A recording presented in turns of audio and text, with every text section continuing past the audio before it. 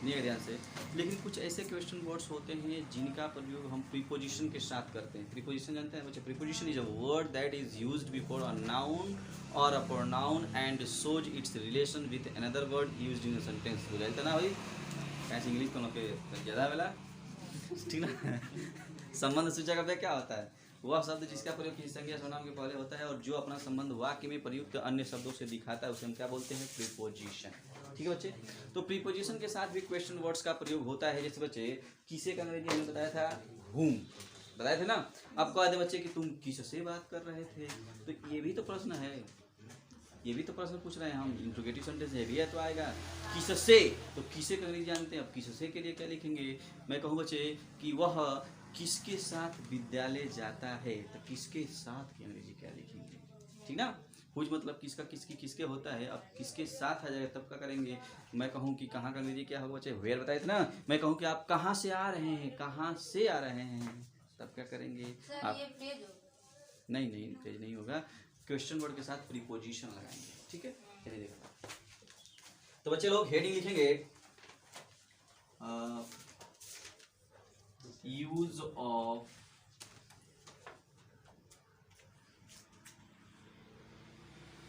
Preposition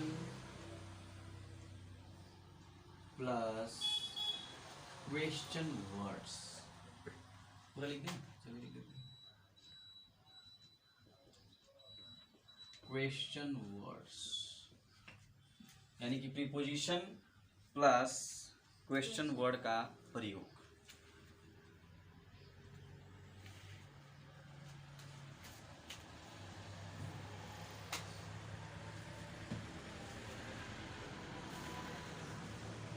अब बच्चे पहले समझिएगा, इंग्लिश बच्चे दो तरह की होती है, एक फॉर्मल होता है, एक इनफॉर्मल होता है। क्या होता है बच्चे? फॉर्मल और इनफॉर्मल। फॉर्मल मतलब औपचारिक,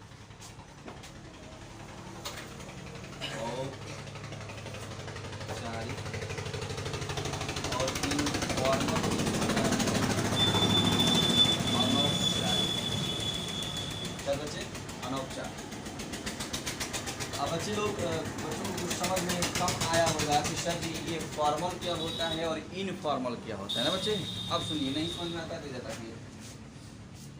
ग्रामेटिकल और non grammatical. Non grammatical, grammatical का मतलब जिसमें ग्रामर का सही सही प्रयोग हो वो ग्रामेटिकल हो जाएगा। और नॉन ग्रामेटिकल का मतलब क्या हो? मतलब ग्रामर थोड़ा सा इधर उधर भी हो जाएगा, काम चल जाएगा। देखिए बच्चे, ग्रामेटिकल इंग्लिश का प्रयोग हम कहाँ करते हैं? रिटेन में, रिटेन में होता है। और इसका प्रयोग होता है स्पोकन में। मतलब स्पीकिंग आप कर रहे हैं ना, सुनिए बच्चे ध्यान से, तो आप किसी से बोल रहे हैं तो वहाँ ग्रामर का विशेष ध्यान नहीं दिया जाता है। जैसे कहा जाए बच्चे कि he is boy, he is boy, इसका मतलब क्या होगा? वह लड़का है। स्पीकिंग में चल जाएगा, लेकिन ग्रामर में गलत है। क्यों गलत है? क्योंकि बॉय है आपका कॉमन नाउन, और कॉमन नाउन है और एक वचन है तो आर्टिकल लगना चाहिए। तो रिटन में क्या होगा बच्चे? ही इज अ बॉय करेंगे तब सही होगा। ठीक है बच्चे, समझ में कि नहीं? मतलब ग्रामेटिकल का मतलब क्या है? उसमें ग्रामर का, आर्टिकल्स का, जो भी नाउन्स आ रहे हैं, सिंगुलर प्लूरल, हर चीज़ का ध्यान दिया जाता है। ठीक ना। तो क्या होता है? ग्रामेटिकल। तो इंग्लिश दो तरह की होती है, फॉर्मल एंड इनफॉर्मल। ठीक है बच्चे। अब इनफॉर्मल में और फॉर्मल में प्रीपोजिशन का प्रयोग दो तरह से होता है। फॉर्मल में शुरू में ही कर देते हैं और इनफॉर्मल में हम वर्ब की बात करते हैं। ठीक है बच्चे, देखिए कैसे, सुनिएगा ध्यान से।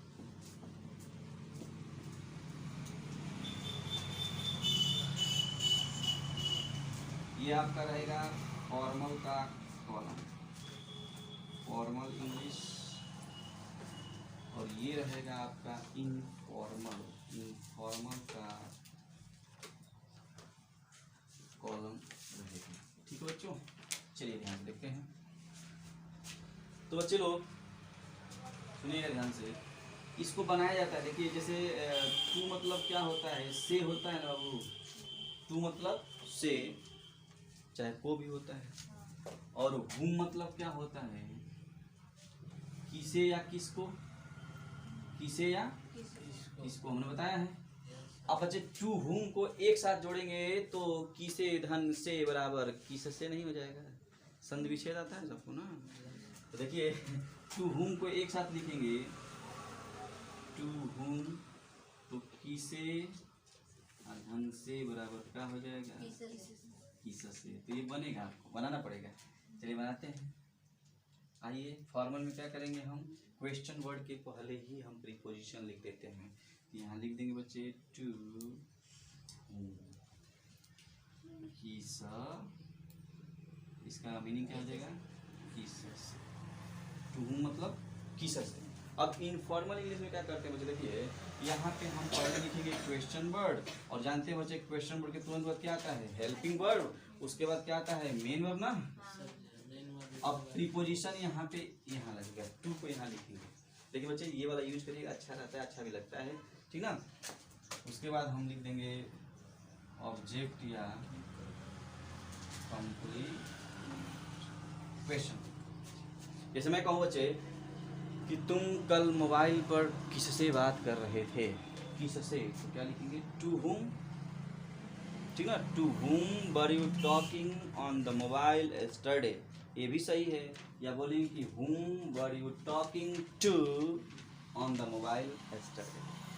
देखिए अच्छा कौन लग रहा है, to whom were you talking on the mobile yesterday, ये सही है, अच्छा लग रहा है। कि whom were you talking to on the mobile yesterday, कौन सा लग रहा है, टू हुम, जो शुरू रहता है।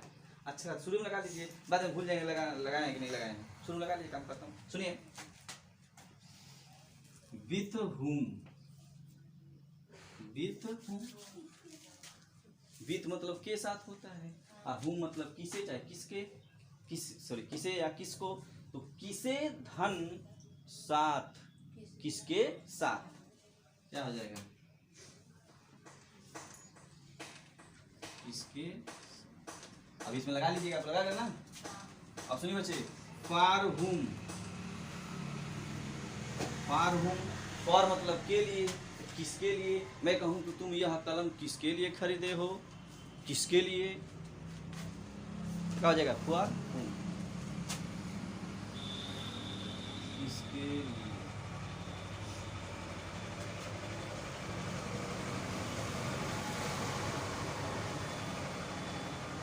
बाई मतलब के द्वारा, तो बाई हुम माने किसके द्वारा, वह किसके द्वारा पीटा गया है, किसके द्वारा पीटा गया है, तो बाई हुम। बच्चे जो लिखवाया हूँ पहले आप उसका ध्यान देंगे, कौन सा मानव के लिए हो रहा है, कौन सा एनिमल के लिए हो रहा है, कौन सा बर्ड के लिए ना, वो भी ध्यान देना है यहाँ पे। आप सुनिएगा नहीं, यह ताकि बच्चे इन विच, किसमें होगा ना। मैं कहूँ बच्चे कि आप किस कक्षा में पढ़ते हैं, किस कक्षा में, यानी किसमें के लिए क्या लिखेंगे, इन विच। यहाँ पे मैं स्पेस इसलिए दे दिया हूँ कि यहाँ पर नाउन आएगा, किस कक्षा में। आप लोग किस देश में रहते हैं, वह किस गांव में रहता है, आप लोग किस कोचिंग में पढ़ते हैं, नाउन है ना। आप किस कक्षा में पढ़ते हैं, तो क्या लिखेंगे, इन विच क्लास लिखेंगे ना। हमने बताया था कि यदि किसी क्वेश्चन वर्ड के बाद तुरंत नाउन आता है तो आप नाउन को पहले लिखेंगे। आप किस कक्षा में पढ़ते हैं, तो किस कक्षा में, किस के बाद आ रहा है क्या, कक्षा, नाउन, तो क्या लिखेंगे, in which class do you study ना। आप किस गांव में रहते हैं, in which village do you live, होगा ना। चलिए बच्चे लोग मान लीजिए कहा जाए कि बाई विच, किससे या के द्वारा। अब सुनिएगा ध्यान से बच्चे, किससे या के द्वारा। अब यहाँ भी किसके द्वारा लिखे हैं ना, तो ये तो आदमी के लिए हो जाएगा, किसके द्वारा पीटा गया है। लेकिन मैं कह दूं कि तुम किस ट्रेन के द्वारा या किस ट्रेन से कानपुर जाओगे, तो ट्रेन वस्तु है ना, तो क्या लिखेंगे, बाई विच। समझ में गए बच्चे। तो एनिमल, हाँ बताए थे कि विच का प्रयोग एनिमल और बर्ड के लिए होता है, लेकिन जब पसंद की बात आती है तो नोट ना, तो वस्तु के लिए भी कर सकते हैं। हम कहें किस ट्रेन के द्वारा, तो पसंद की बात है ना, हम कहोगे ना हम कृषक से ना जाए, हम गोदाम से जाए, जल्दी पहुंचा देंगे, तो पसंद की बात आ रही है ना बच्चे, भाई पीछे, ठीक है। अलर्ट एट ऑन विच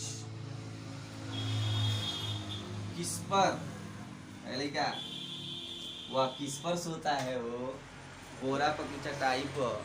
तो किस पर का अंग्रेजी क्या लिखा जाए, एट या ऑन विच, ठीक है। फ्रॉम वेयर, कहाँ से, फ्रॉम वेयर, कहाँ से, तुम कहाँ से आ रहे हो, तो क्या लिखा जाए, फ्रॉम वेयर, ठीक ना।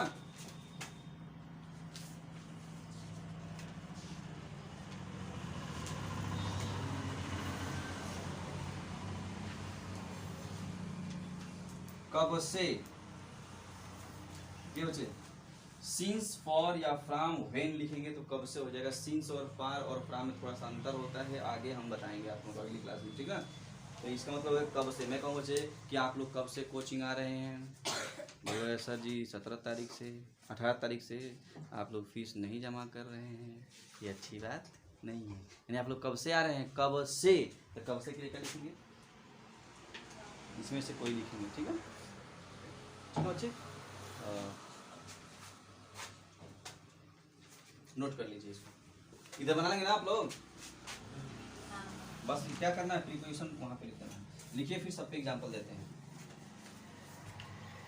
एग्जाम्पल, ठीक है।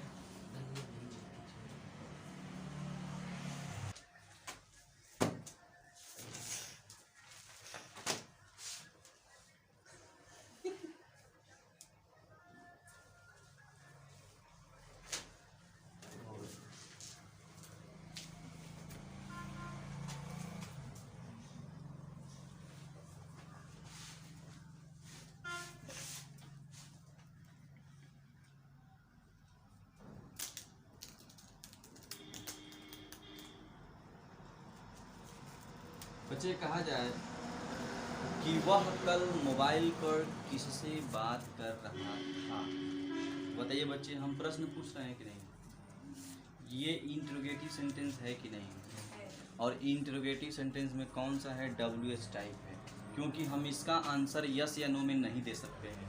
इसलिए जब इसका आंसर यस या नो में नहीं दे सकते हैं तो हमको यहाँ पर किससे की अंग्रेजी लिखना पड़ेगा। क्या करेंगे बच्चे,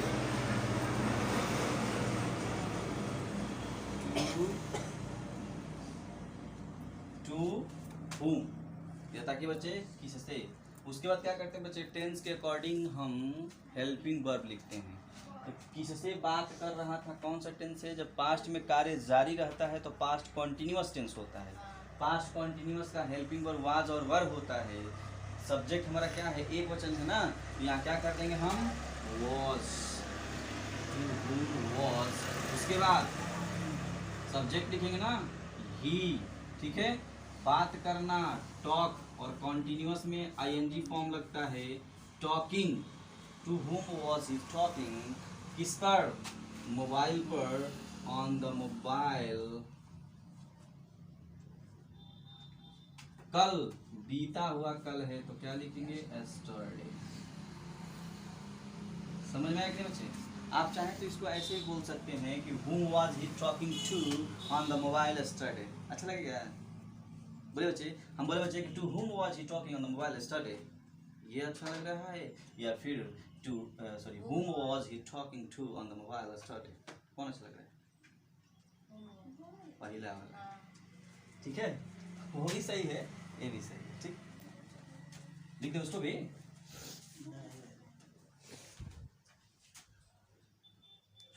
महेश किसके साथ विद्यालय जाता है।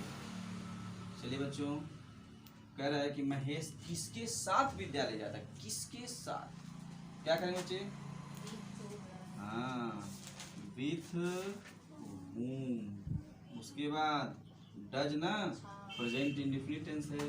उसके बाद महेश, उसके बाद गो, देन टू,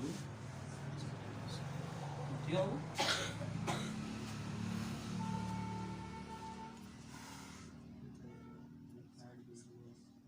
आप लोग किस कक्षा में पढ़ते हैं, आप लोग किस कक्षा में पढ़ते हैं, तो किस कक्षा में क्या लिखेंगे, इन विच ना बच्चे। और देखिए इसके बाद नाउन आ गया है तो क्या करेंगे, class, in which class do you study. पढ़ना के लिए यहाँ पर रीड हम नहीं यूज कर रहे हैं, क्यों बच्चे जानते हैं, मैं बताया था ना एक बार, क्या बताए थे कि रीड का प्रयोग तब करते हैं जब उसके बाद ऑब्जेक्ट दिया हो, किताब पढ़ना तब लिखेंगे रीड हो, नहीं समझ में है, स्टडी लिखिएगा यहाँ पे, ऑब्जेक्ट नहीं दिया है ना। चलिए नोट करिए, बच्चे की समझ में आ गया।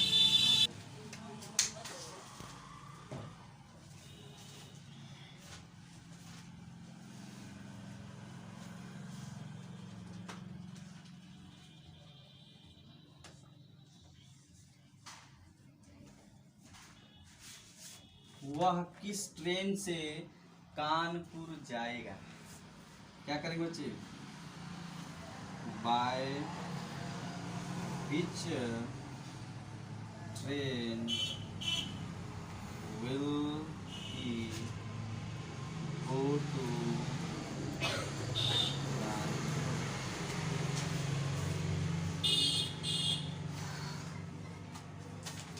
तुम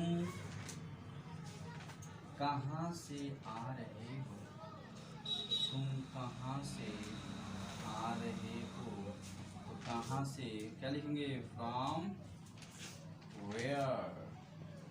कौन सा टेंस है, प्रेजेंट कॉन्टिन्यूअस ना, आर यू फ्रॉम, लिख लीजिए बच्चे, बस इतना एग्जाम्पल लिख लीजिए, फिर हम आगे चलते हैं। अब हम लोग को पढ़ना है क्या, ऑब्जेक्टिव सेंटेंस, चौथा सेंटेंस पढ़ना है क्या, ऑब्जेक्टिव सेंटेंस। तो लेट्स स्टार्ट।